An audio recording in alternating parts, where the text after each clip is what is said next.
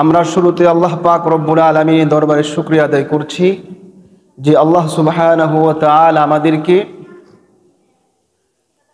এই বর্তমান মেঘ বৃষ্টিকে উপেক্ষা করে, রাস্তার কাদা বালুকে উপেক্ষা করে আল্লাহ পাক অত্যন্ত মহব্বত করে ভালোবেসে আমাদেরকে পবিত্র জুমার সালাত আদায় করার জন্যে আগে আসার তৌফিক এনায়েত করেছেন এবং সুস্থ রেখেছেন। এজন্য আমরা সকলে শুকরাতান পড়ে নিচ্ছি আলহামদুলিল্লাহ।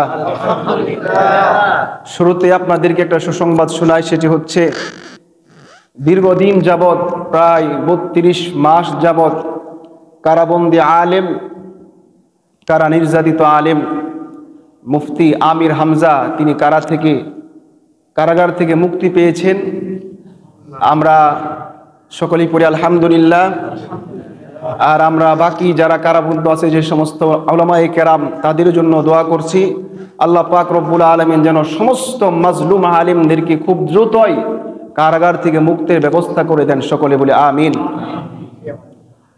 আমরা সকলেই বিশ্বনবী জনাবি মুহাম্মদুর রাসূলুল্লাহ সাল্লাল্লাহু আলাইহি সাল্লামের প্রতি অন্তরস্থল থেকে একবার দুরূদ প্রেরণ করে সকলেই পড়ে নিচ্ছি সাল্লাল্লাহু আলাইহি ওয়াসাল্লাম। সম্মানিত মুসল্লিনে কেরাম, আপনাদের খিদমতে আমি পবিত্র কোরআনুল কারীম থেকে, কোরআনুল কারীমের 3 জায়গা থেকে 3টা আয়াতের বিশেষ অংশ তেলাওয়াত করেছি। এর মধ্যে প্রথম যে আয়াতটি তেলাওয়াত করেছি সেটি হচ্ছে সূরাতুল কাহাফের 71 নম্বর আয়াত, এবং দ্বিতীয় নম্বর আয়াত তেলাওয়াত করেছি সূরাতুত তাওবার 18 নম্বর আয়াত, এবং তৃতীয় নম্বর আয়াতের বিশেষ অংশ তেলাওয়াত করেছি সেটি হচ্ছে সূরাতুল বাকারার 126 নম্বর আয়াত। এই 3টি আয়াতের মাঝের শেষের 2টি আয়াতে যে আলোচনা করা হয়েছে সেটি হচ্ছে মসজিদের দায়িত্ব পালন করবে কারা। আর প্রথম যে আয়াতটি তেলাওয়াত করেছি সেটা আমাদের সাপ্তাহিক ধারাবাহিক আলোচনার সাথে সম্পৃক্ত, সেটি হচ্ছে হযরতে মূসা আলাইহিস সালাতুস সালাম ও খিদির আলাইহিস সালাতুস সালাম সম্পর্কে। যেহেতু আলোচনা ধারাবাহিক চলতেছে, এজন্য আমরা শুরুতেই মূসা আলাইহিস সালাতুস সালাম এবং খিদির আলাইহিস সালাতুস সালামের জীবনী শেষ করব। এরপরে আমরা পরবর্তী 2টা আয়াত এই সম্পর্কে আলোচনা করার চেষ্টা করব ইনশাআল্লাহু তাআলা। ওয়া মা তাওফীকি ইল্লা বিল্লাহ।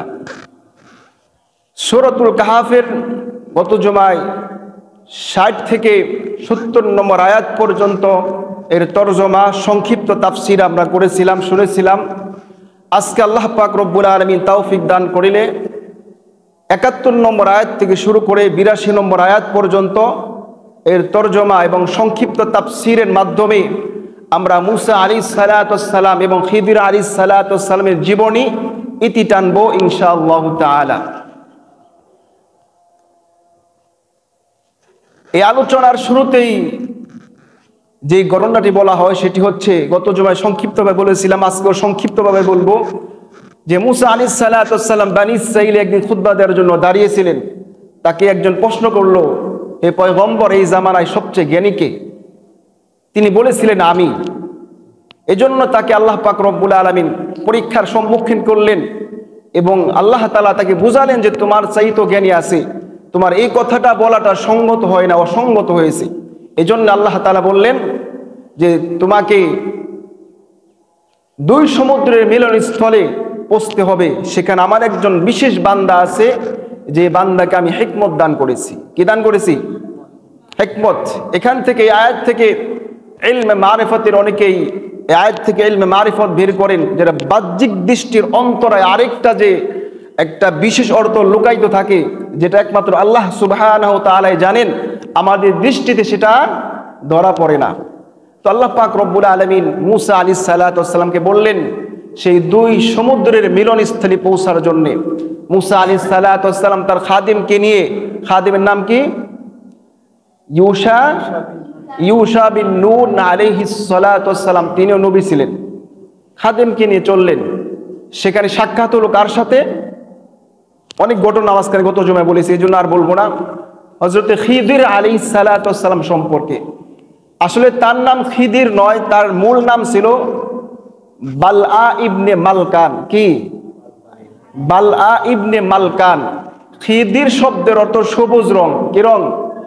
সবুজ রং। এখন খিদিরকে কেন খিদির বলা হয়, এর কারণ বুখারী শরীফের 3404 নম্বর হাদিসে বর্ণিত হয়েছে, ইন্নামা সুম্মিয়াল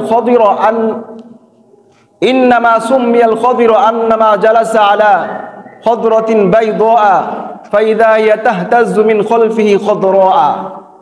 যে হযরতে খিদির আলাইহিস সালাতু ওয়াস সালাম তিনি একটা শুষ্ক গাছের নিচে বসেছিলেন, যে গাছের কোনো পাতা নাই, একেবারে মরার মতো।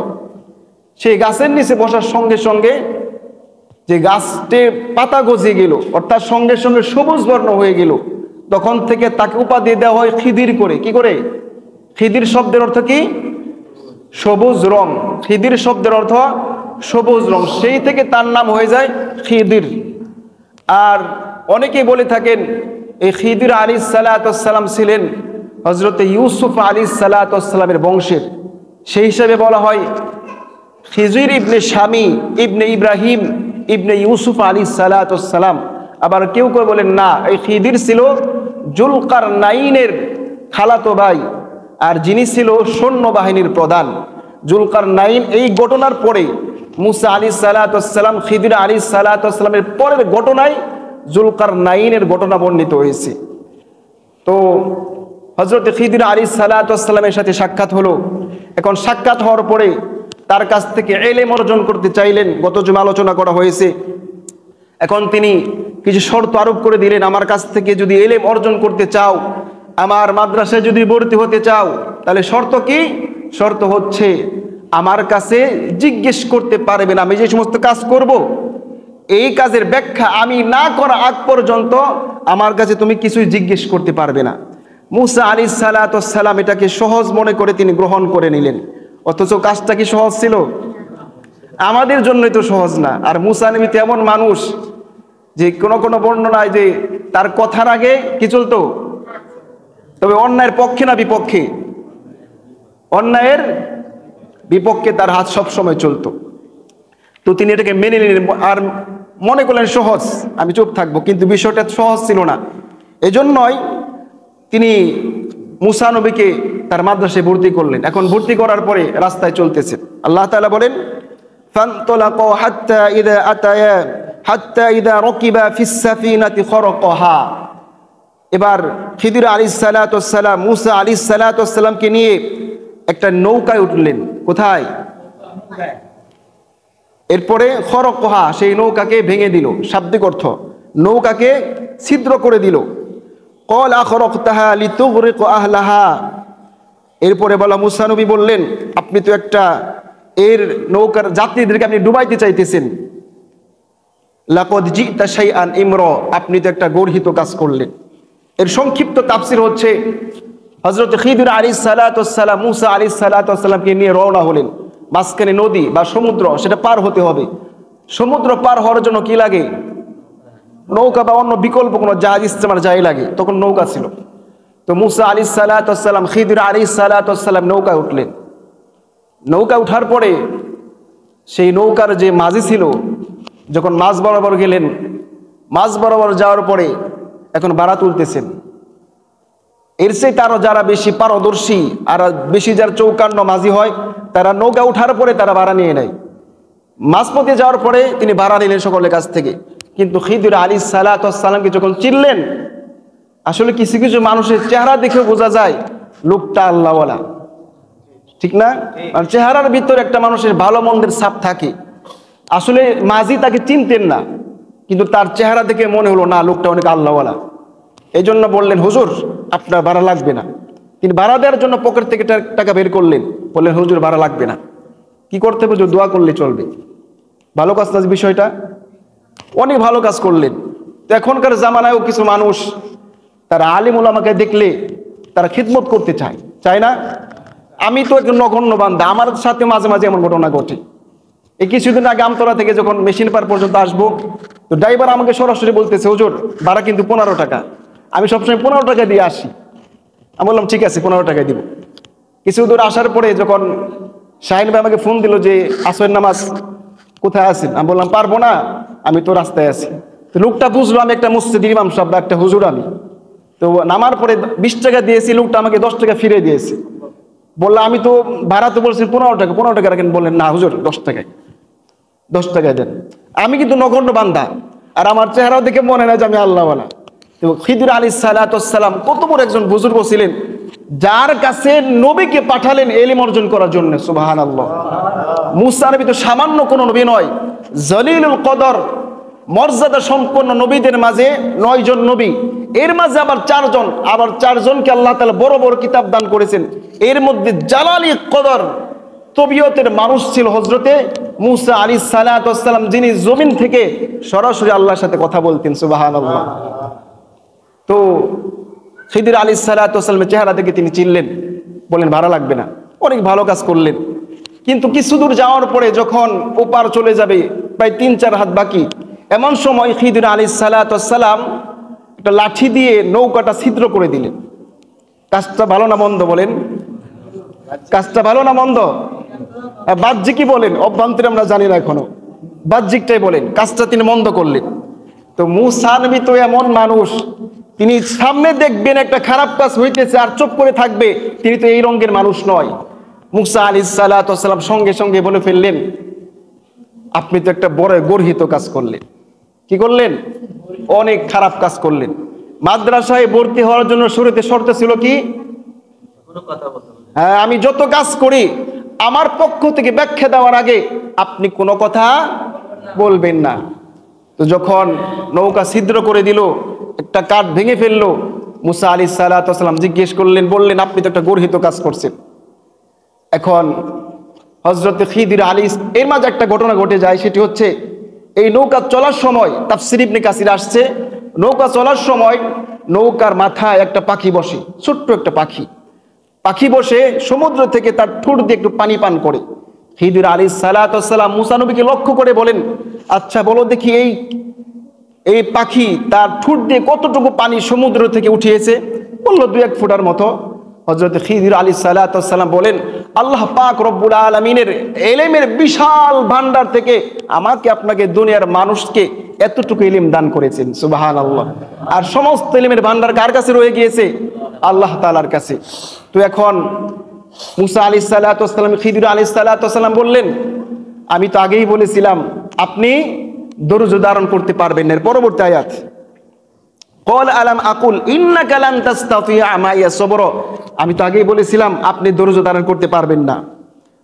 ক্বাল লা তুআখিযনি বিমা নাসিতু ওয়া লা তুরহিকনি মিন আমরি উসরা, মুসা নবী বলেন আমার এই ভুলটাকে আপনি খুব শক্তভাবে দেখবেন না। ওয়া লা তুরহিকনি মিন আমরি উসরা, এবং আমার বিষয়টাকে আপনি খুব কঠোরভাবে গ্রহণ করবেন না, বরং আমার ভুল হয়েছে এটাকে একটু আপনি শিথিল দৃষ্টিতে দেখেন। তো মুসা খিদির আলাইহিস সালাম মেনে নিলেন। এরপর আবার রাস্তা দিয়ে চলতেছে। ফানতালাকু হাত্তা ইযা লাকিয়া গুলামান ফাকতালা, চলতে চলতে একজন বালককে পেলেন আর তাকে হত্যা করলেন।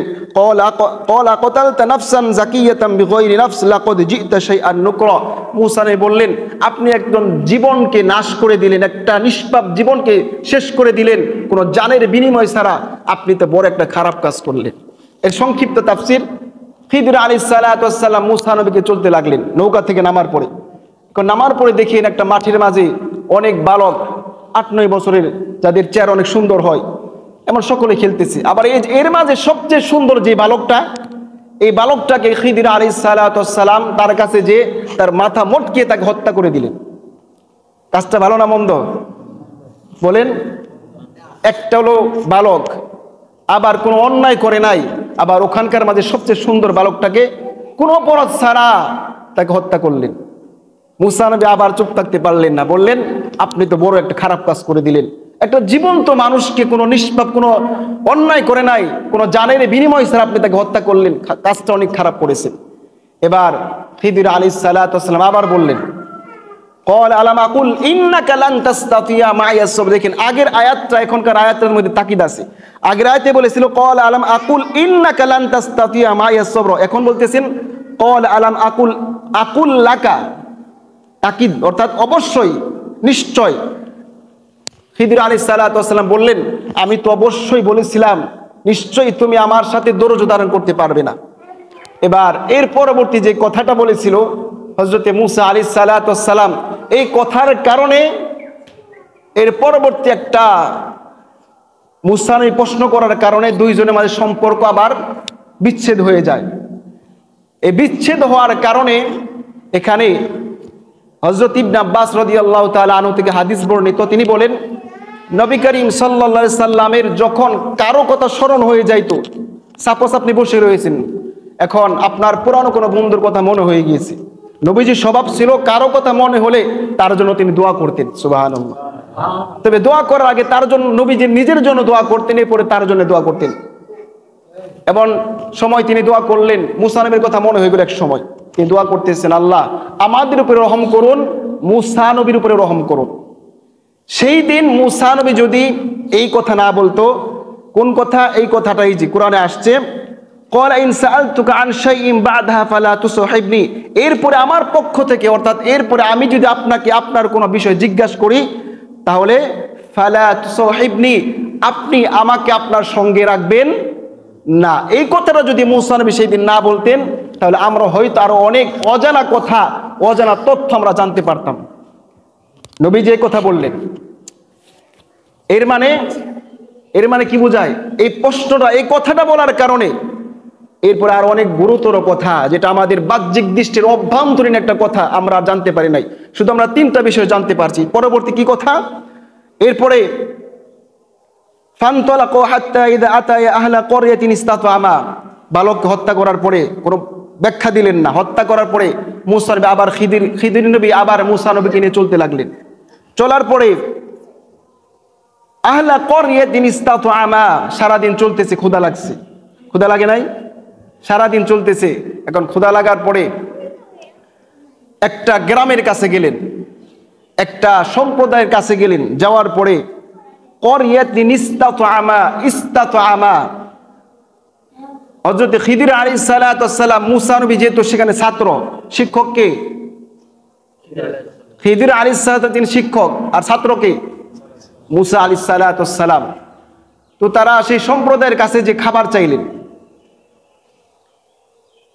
ফাআবাউ আই ইউযাইফুহুমা, এখান থেকে আমরা এতটুকু একটা শিক্ষা গ্রহণ করতে পারি যে এখন কওমি মাদ্রাসার ছাত্ররা, উস্তাদরা, তারা এলাকার বাসীকে বিভিন্ন সময় বিভিন্ন চিঠি দেয়। কি দেয়? সামনে মাহফিল বা সামনে কুরবানি আসতেছে, সামনে রোজার ঈদ আসতেছে, জাকাতের কথা, কুরবানি চামড়ার কথা, আগেই তারা গিয়ে মেসেজ দেয়। কি দেয়? যে পার্শ্ববর্তী হকদার একটা প্রতিষ্ঠান আছে, সেখানে আপনারা কি করতে পারেন? সাহায্য করতে পারেন। তো মূসা আলাইহিস সালাতু ওয়াস সালামকে পাঠিয়ে দিন, অর্থাৎ আমরা ক্ষুধার্ত, আমাদেরকে খাবার দাও। কিন্তু এলাকাবাসী ছিল অনেক কৃপণ শ্রেণীর মানুষ, তারা সকলেই খাবার খাওয়াতে অস্বীকৃতি প্রদান করলো। তারা বলল ফাআবাউ আই ইউযাইফুহুমা, আমরা তোমাদের কাউকে মেহমান হিসাবে গ্রহণ করতে পারবো না। আর আগের জামানায় আমরা যারা একটু বয়স বেশি, এরা সকলেই জানেন যে প্রত্যেক এলাকায় একটা মুসাফিরখানা ছিল না?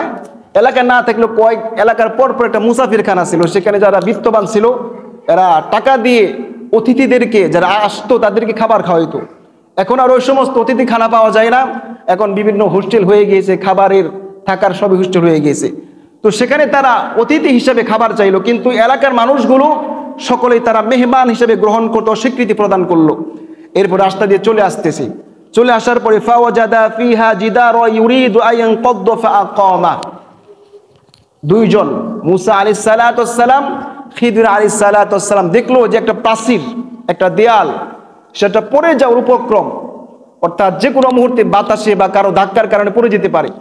সেটাকে যেহেতু শিক্ষক খিদির আলাইহিস সালাতু ওয়াস সালাম, ছাত্র মূসা আলাইহিস সালাতু ওয়াস সালাম, তাকে বললো এটা ঠিক করো, কি করো। কিন্তু মূসা নবী কি ওই রাজমিস্ত্রির কাজ জানে? বলেন, মূসা নবী তো মানুষের হেদায়েতের জন্য কাজ করে থাকেন, যেহেতু শিখতে গিয়েছেন এই জন্য তিনি সেটাকে সোজা করলেন।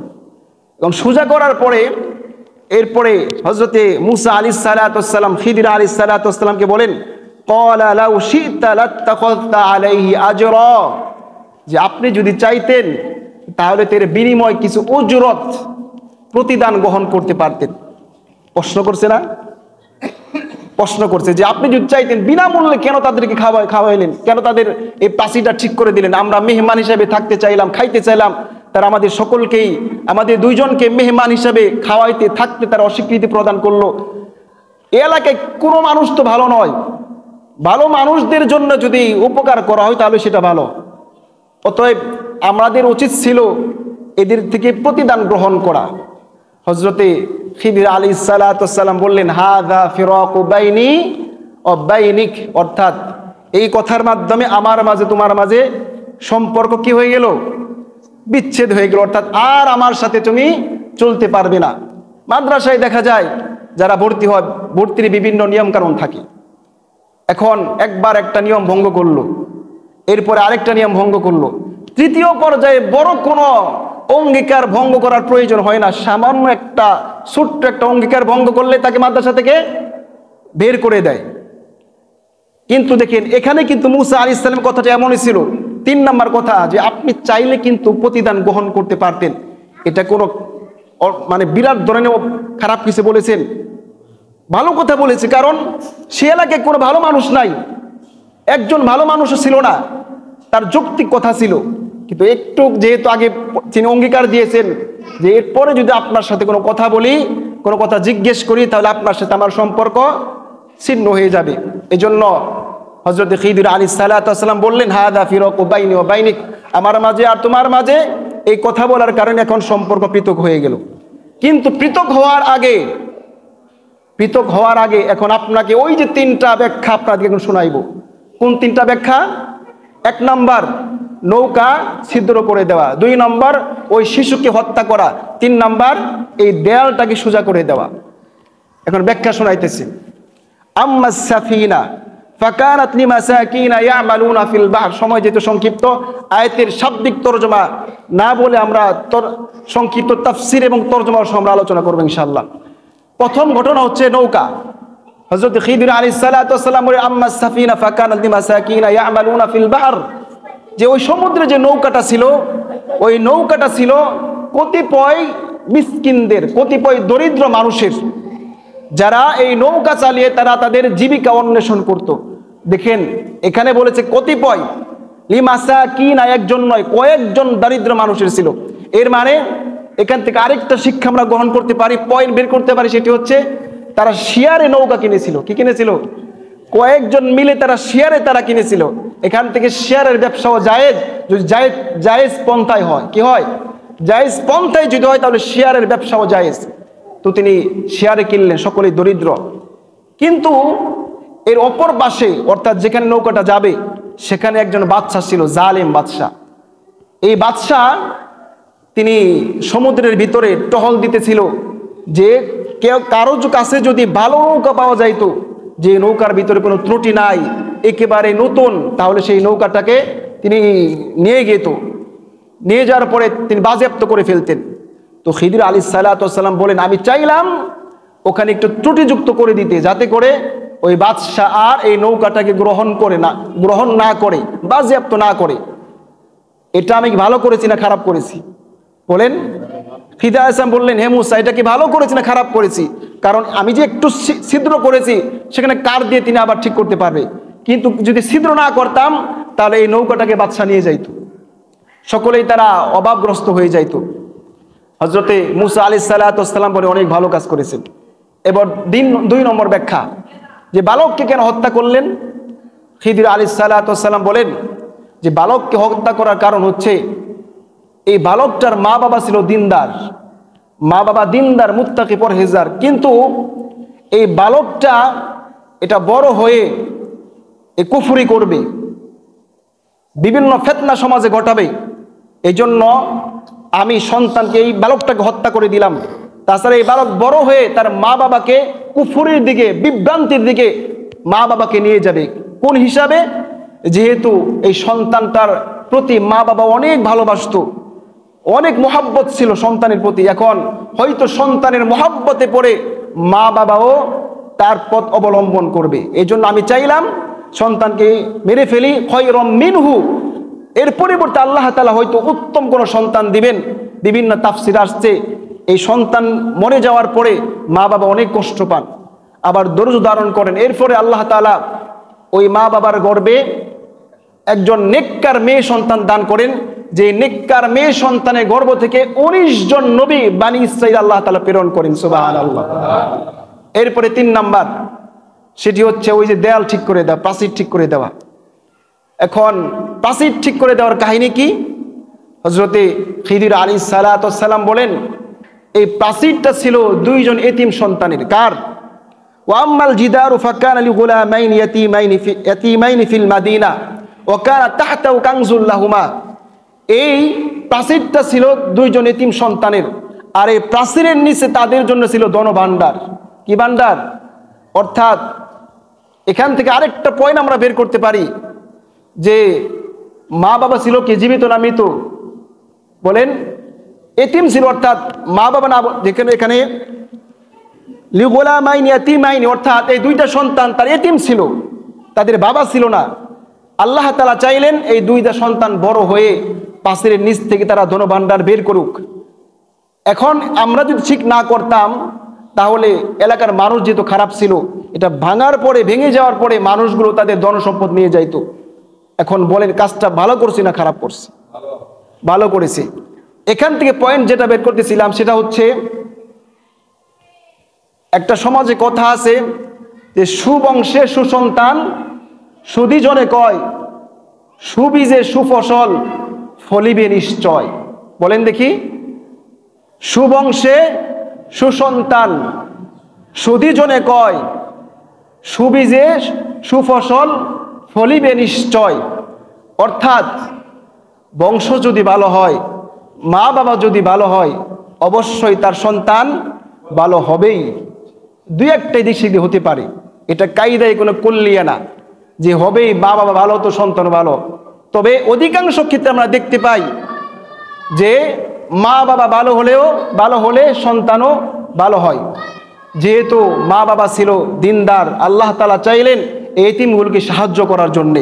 এই জন্য ওই প্রাচীরটাকে হযরতে মূসা আলাইহিস সালাতু ওয়াস সালাম, খিদির আলাইহিস সালাতু ওয়াস সালামের মাধ্যমে আল্লাহ তাআলা ঠিক করে দিলেন। এর মানে আপনি সন্তানের জন্যে কি রেখে যাবেন? আপনি সন্তানের জন্য কি রেখে যাবেন? আপনি হয়তো চিন্তা করতে পারেন, আমার মৃত্যুর পরে আমার সন্তান কিভাবে চলবে, কি খাবে, এজন্য আমার মোটা অঙ্কের টাকা আমাকে ব্যাংকে জমা রাখতে হবে, অনেক জমি আমাকে করে যেতে হবে। কেন? কারণ আমার মৃত্যুর পরে আমার সন্তান কিভাবে চলবে, তার ভবিষ্যৎ আমি রেখে যাইতেছি। এজন্য অনেক মানুষ তারা হালাল পন্থা তো অবলম্বন করেই, এর সাথে তারা হারাম পন্থা অবলম্বন করে। কেন? সন্তানের মহাব্বতে। কিন্তু এটা নিশ্চিত বিষয়, আপনি যদি অন্যায়ভাবে, হারামভাবে ধন সম্পদ ছেলে সন্তানের জন্য রেখে যান, এই ধন সম্পদ বেশি দিন আপনার ছেলের জন্য থাকবে না, এই বংশের জন্য এই ধন সম্পদ বেশি দিন থাকবে? বেশি দিন থাকবে না। বরং কি হবে? এটা যে কোনো মূল্যে হোক আল্লাহ তাআলা সম্পদকে স্থানান্তর করে দিবেন। কারণ আপনি সম্পদ কামিয়েছেন হালালভাবে নয়, কোনভাবে? হারামভাবে, মানুষের উপর জুলুম করে। এই সম্পদ কখনোই থাকবে না। তাহলে আমরা সন্তানের জন্য কি রেখে যাব?